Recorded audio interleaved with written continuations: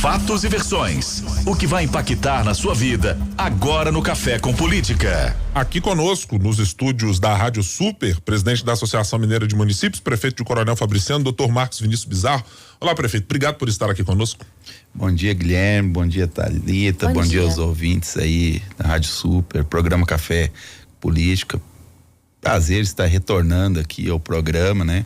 Espero que a gente possa trazer algumas informações importantes. Isso, especialmente para a gente olhar para os municípios, prefeito, que vão abrir o ano de 2023, assim como o governo federal, assim como o governo do estado, preocupados certamente com as contas públicas e com a necessidade de recomposições, de fundo de participação dos municípios, de ICMS, de algumas coisas que aconteceram em 2022. Qual é a preocupação central que a AMM tem considerando os municípios? É o ICMS, são as perdas do ano passado? Eu acredito que a maior preocupação de todo gestor é o aumento do custo da máquina pública com a diminuição de receita. Então a conta não fecha. Então quando começa a ter alguns programas em cima da hora e os municípios não estão preparados para isso, a gente conseguiu dar uma blindada com a aprovação da PEC 122 o ano passado, mas a gente entende que está chegando um novo governo. Aqui em Minas a gente continua com o mesmo governo do estado, mas a nível federal é novo, e quando a pessoa chega numa nova gestão, normalmente quer criar novos programas, só que ele esquece de perguntar para quem vai executar esses programas, se ele tem capacidade financeira para esse tipo de coisa. E os municípios já têm, igual você falou, esses problemas do dia a dia. Aumenta o salário mínimo, vou aumentar o salário mínimo. Mas espera aí, prefeito, você tem condição de aumentar o salário mínimo nessa proporção?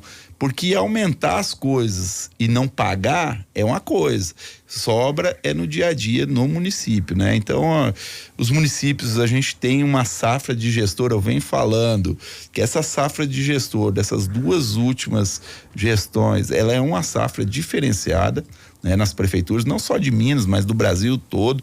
Ela está mais preocupada com gestão pública mesmo, e claro que tem um porquê, porque hoje os gestores, ele com as redes sociais, ele tem ele é muito mais cobrado nas demandas do dia a dia, então ele tem que estar ficando atento no que está acontecendo ao seu entorno. Prefeito, toda vez o presidente, né, a gente pode chamar aí das duas formas, mas todas as vezes que a gente conversa com o senhor, que a gente sempre faz uma pergunta em relação à situação atual dos municípios. Iniciando esse ano de 2023 e também o novo mandato do governador Romeu Zema, queria que o senhor trouxesse também aí um balanço de como os municípios estão hoje. O que a gente pode falar sobre a situação, principalmente a situação financeira dos municípios? A gente vem de uma gestão aí, tanto do governador Zema como do ex-prefeito, do ex-presidente Bolsonaro, onde que as contas públicas, elas foram equalizadas. Até o fato do governo do estado, além de estar repassando o que é constitucional, ele também está pagando ainda aquele patrasmente aí que ficou e pagando em dia. Então, os caixas das prefeituras, teoricamente, eles estavam equalizados. Por que eu digo teoricamente? Aí vem questão da isenção do ICMS sobre combustível, sobre energia elétrica, sobre essas coisas todas. Claro, teve impacto porque o município ele trabalha com orçamento. E aí provavelmente vai vir uma dessas perguntas daqui a pouco, que é a questão do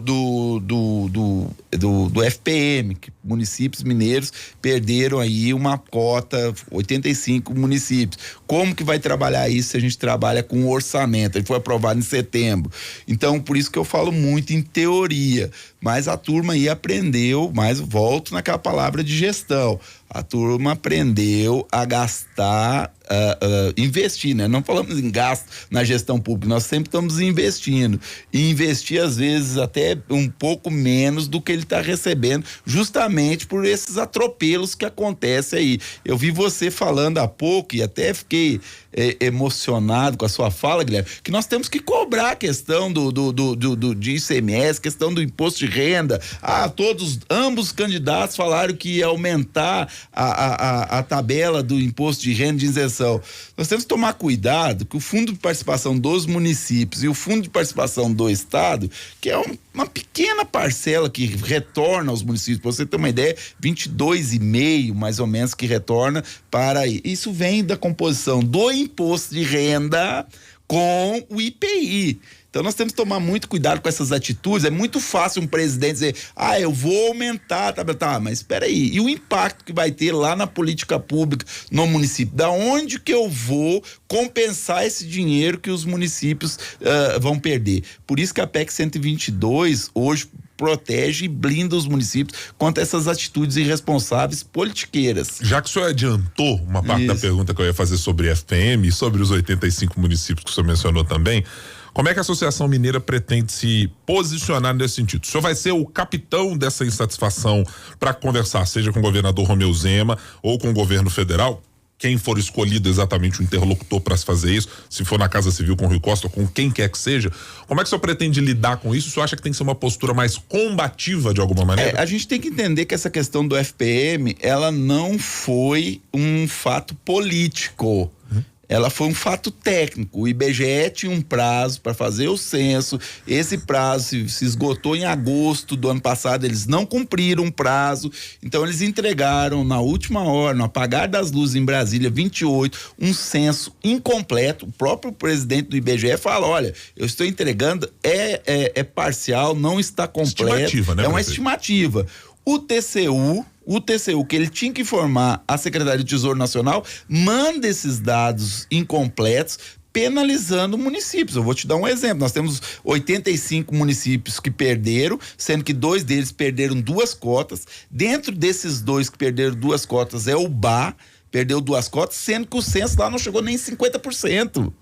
O próprio IBGE de Minas Gerais confessa que ele preferiu fazer o entorno das cidades de Ubá e depois fazer uma força-tarefa para completar Ubá. Isso só começou em novembro e não conseguiu. Agora, Ubá vai ser penalizado com 2 cotas. Isso quer dizer quase R$500 mil a menos mês.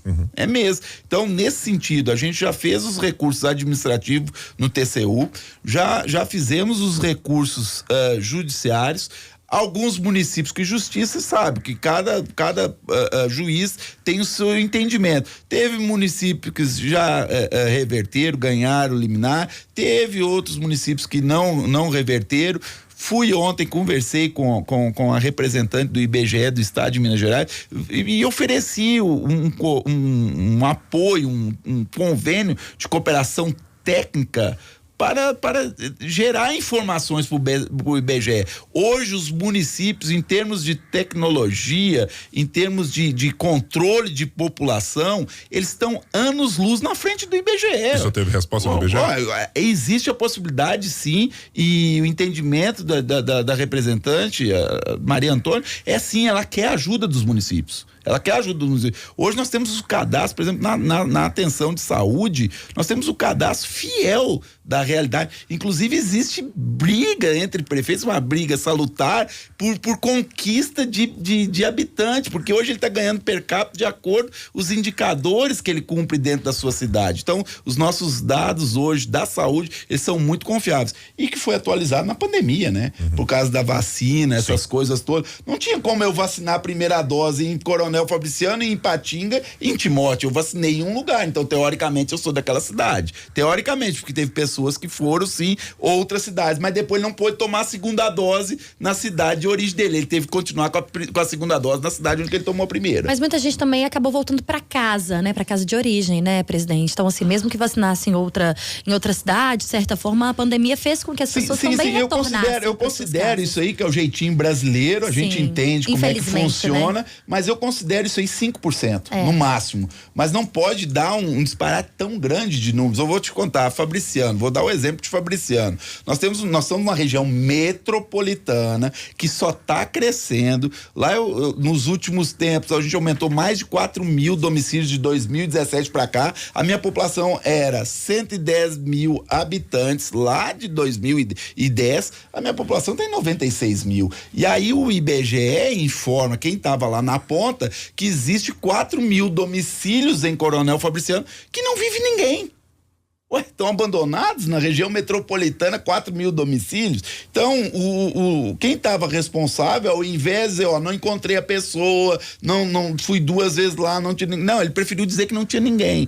Então, por isso que é muito importante agora os prefeitos entrarem em campo. Essa questão do IBGE já é um déficit conhecido, né, presidente? Assim, inclusive o próprio IBGE fazendo campanhas aí para que as pessoas pudessem se candidatar para aquela seleção no trabalho que eles fazem, para a questão do censo.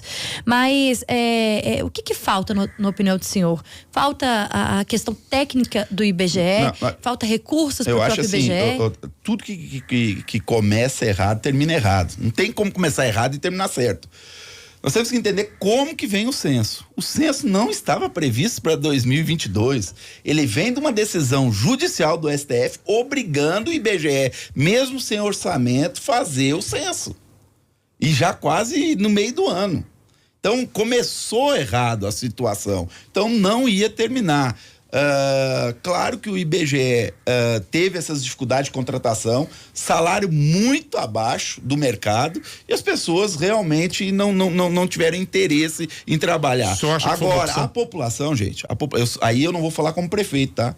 Vou falar como médico geriatra. A população está envelhecendo e ela está diminuindo. É natural o êxodo das zonas rurais para cidades polo, então vai estar diminuindo realmente. Então, eu já venho falando aí com os prefeitos, vou levar à Confederação Nacional dos Municípios que a forma de distribuição do FPM tem que ter outros quesitos além da população. E não é justo que uma população que tenha 10.000 habitantes, às vezes ganhar a mesma coisa que ganha quem tem 2.000 habitantes. Então, é muito difícil, com a mesma quantidade de dinheiro, você fazer política pública para 10.000 pessoas e para 2.000 pessoas. Sim, eu pergunto, prefeito, e desculpe ter interrompido, se o senhor citou a decisão do Supremo Tribunal Federal que obrigou a realização do censo, mas ela há uma precedente. O governo do presidente Bolsonaro não alocou recursos. O senhor acha que foi um erro, considerando o cenário de tanta importância que este critério e a realização do censo tem, de o ministro Paulo Guedes, do presidente Bolsonaro, não terem alocado recursos? Um erro de uma década, né? Vai passando, erro. Foi jogando pro lado. E eu te falo o seguinte, não desmerecendo o IBGE. Hoje o governo federal tem todos os dados dos municípios. Hoje é tudo interligado, gente. Tudo interligado. Só os dados da saúde que nós temos hoje a nível de Brasil, você tem todos os dados que você precisa. Não, mas eu queria saber questão de moradia da cidade. Fácil. Vai lá no cadastro imobiliário de cada município que é transparente e consegue os dados de moradia. Não, mas eu quero... mas esse dado aqui eu não quero. Então coloca isso como meta para o agente comunitário de saúde levantar esse dado. Sim. Nós estamos conversando com o presidente da Associação Mineira de Municípios e prefeito de Coronel Fabriciano, Dr. Marcos Vinícius. No Café com Política, hora do bate-pronto. Infelizmente, prefeito, nosso tempo é curto e a gente já precisa aqui ir para a parte final da nossa entrevista, que é a hora do bate-pronto, com perguntas objetivas e respostas objetivas. Começando, prefeito, em uma palavra, a situação dos municípios mineiros hoje. Olha, é estável. Minas com mais um mandato de Romeu Zema. Tem tudo para melhorar. A relação dos municípios mineiros e da MM com o governo federal atual. A partidária. Respeitar a legitimidade do governo eleito e que o governo eleito respeite também os municípios. Relação com a bancada federal e estadual. Ou com as bancadas. Está construindo. O papel da Associação Mineira de Municípios no estado. Vital para ter uma única voz para canalizar energia na mesma direção. A ida de Bolsonaro para os Estados Unidos. Foi descansar, né? Esteve aqui conosco no nosso Café com Política, presidente da Associação Mineira de Municípios, prefeito de Coronel Fabriciano, Marcos Vinícius Bizarro. Doutor, muito obrigado pela presença aqui no nosso café. Volte mais outras vezes, porque pauta de municipalista a gente tem aos montes aqui para tratar ao longo do ano. Obrigado, Guilherme. Obrigado, Thalita. Obrigado aos ouvintes do Café com Política.